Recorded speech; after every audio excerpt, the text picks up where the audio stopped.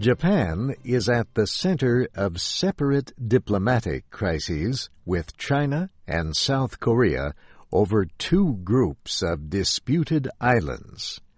The long-standing disputes intensified recently as countries in the area marked the end of World War II. Japanese officials have decided to deport 14 Chinese activists and journalists accused of illegally entering the country's territory. They were seized when they landed on an island that Japan controls but China claims.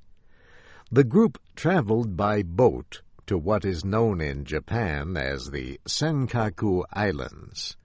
In China and Taiwan, the islands are called Diaoyu. No one lives there. However, they are in a gas-rich area and surrounded by rich fishing grounds.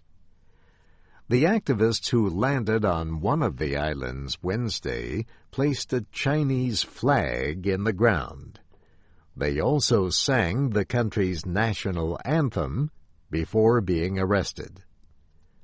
Chinese officials said the arrests were illegal and called for the immediate release of the group.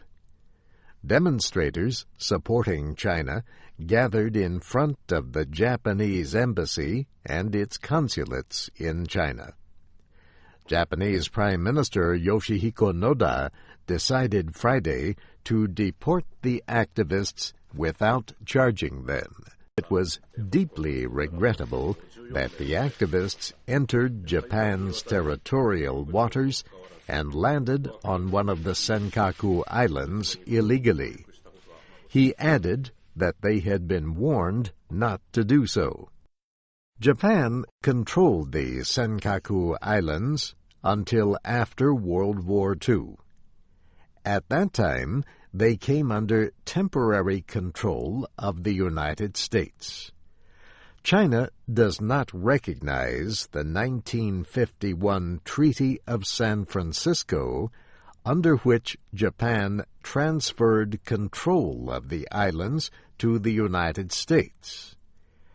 In 1972, the United States transferred the islands back to Japan. They represent not only important natural resources, but also a source of national pride in both Japan and China. Taiwan also claims the islands. In separate developments, Japanese officials want to take a territorial dispute with South Korea before the International Court of Justice. The dispute centers on a group of islets called Takeshima in Japan and Dokdo in South Korea. South Korea controls the very small islands, but Japan claims them. The dispute worsened last week when South Korean President Lee Myung-bak visited the islands. His visit caused a sharp protest from Japan.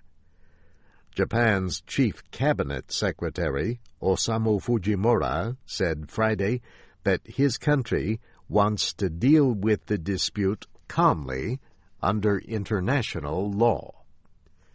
He says Japan proposed to the South Korean government that the country take the case to the International Court of Justice within the next few days. Japan needs South Korea's approval to take the matter to court. But South Korea's foreign ministry dismissed the proposal. The ministry said the islands are part of its territory.